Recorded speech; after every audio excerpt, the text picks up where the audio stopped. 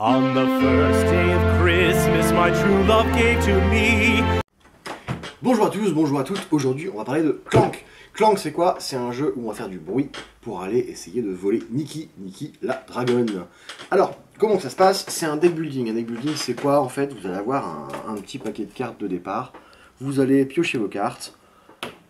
Avec vos cartes, vous allez pouvoir vous déplacer, vous faire vos déplacements, en fait, pouvoir affronter des monstres.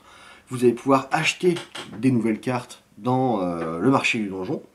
Et une fois que vous aurez acheté les cartes, vous allez les mettre dans votre défausse et vous allez piocher une nouvelle carte. Quand vous n'aurez plus de cartes à piocher, vous allez reprendre toute votre défausse avec toutes les cartes que vous aurez achetées et les cartes que vous avez de départ.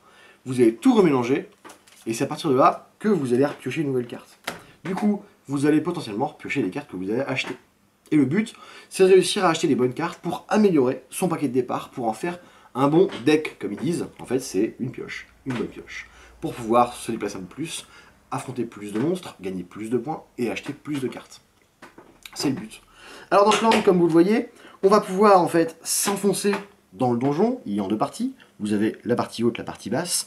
À savoir que si jamais vous finissez la partie dans la partie basse, vous serez oublié à jamais. Si vous finissez dans la partie haute, les paysans du coin viendront vous chercher et vous compterez quand même vos points. Du coup, attention. Parce que la partie va s'accélérer à un grand moment, à partir du moment où quelqu'un va décider de remonter. Parce qu'une fois que quelqu'un sera remonté, il va déclencher un compte à rebours de 5 tours.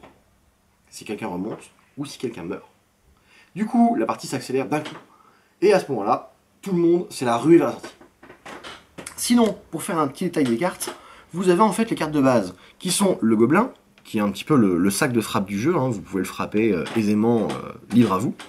Vous avez les explorés, qui vous donnent des déplacements, des points d'achat. Les livrets secrets, qui vous donnent des points de victoire. Les mercenaires, qui vous donnent des points d'achat et des points d'attaque pour affronter des monstres, comme par exemple le gobelin. Dans la piste du donjon, les cartes qui vont venir, vous avez en fait toute une pile de cartes différentes, qui va faire que la rejouabilité va être quand même assez excellente. Le temps de voir toutes les cartes passer, le temps de tout essayer, vous avez de quoi faire. Vous avez quelques parties devant vous. Vous avez le saphir, qui est en fait un artefact qui va vous permettre de piocher une carte, mais qui va surtout vous rapporter des points en fin de partie. Vous avez la pioche qui vous donne de l'argent, des dégâts, et vous avez des monstres aussi, qui, comme le gobelin, vous allez pouvoir frapper. Les échelles qui sont des aubaines. Les aubaines sont une carte un peu particulière. C'est des cartes qu'on ne récupère pas dans son deck, dans sa défausse. C'est des cartes qu'on utilise directement. Par exemple, là, je vais pouvoir utiliser 2 pas, donc me déplacer de 2 cases directement. Alors, il y a beaucoup de choses à faire, il y a beaucoup de choses à savoir. C'est un jeu très simple en soi. Dès que vous avez un petit coup de dragon, en fait, vous allez faire ce qu'on va appeler des clanks, du bruit. Alors, du bruit, c'est mettre des clanks dans la zone clank. Dans cette zone, une fois qu'un dragon apparaîtra, on mettra tous les clanks dans le sac du dragon. Et c'est là qu'on va définir combien de cubes on va sortir. À 2 joueurs, par exemple, en début de partie, on piochera 3 cubes. Je pioche 3 cubes. Hop, ici 3 cubes dragon. Imaginons, j'aurais pioché un cube rouge, un cube noir et un cube vert. C'est-à-dire que là, en fait, le cube dragon ne servira à rien.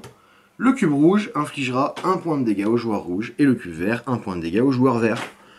Une fois que vous arrivez à la fin, c'est-à-dire que le joueur vert a pris 10 points de dégâts, il est mort et il déclenche le compte à rebours final. Une partie de Clank, en gros, le but c'est de savoir un peu qui est le meilleur voleur. Vous avez des artefacts de plusieurs valeurs, vous avez des secrets à l'intérieur du donjon, un petit marché, de quoi faire un maximum de points. Ils ont un petit souci aussi avec les seigneurs singes, on ne sait pas pourquoi, c'est Clank, c'est le plaisir.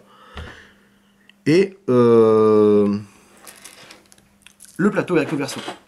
Vous avez une face crépuscule et une face jour. Ce qui vous permet en fait d'alterner, de récupérer. Vous avez aussi 3 extensions qui sont déjà sorties. Une extension sur la momie, une extension engloutie, où vous allez devoir en fait traverser des cases d'eau, vous avez une question de respiration à gérer. Vous avez aussi les expéditions qui sont en train de sortir actuellement. Vous avez donc la première expédition, l'or et la soie qui est sortie. Ils en ont prévu 7 si je ne dis pas de bêtises. Et vous avez aussi Clank in Space, donc qui est en fait un Clank mais sur une version espace. Ceux qui aiment plutôt cet univers-là vont plus se tourner vers du Clank in Space. Et ceux qui sont plus sur le Medieval Fantastique vont se tourner vers du Clank basique. Clank, un jeu qu'on aime et qu'on vous recommande. Allez. On the first day of Christmas, my true love gave to me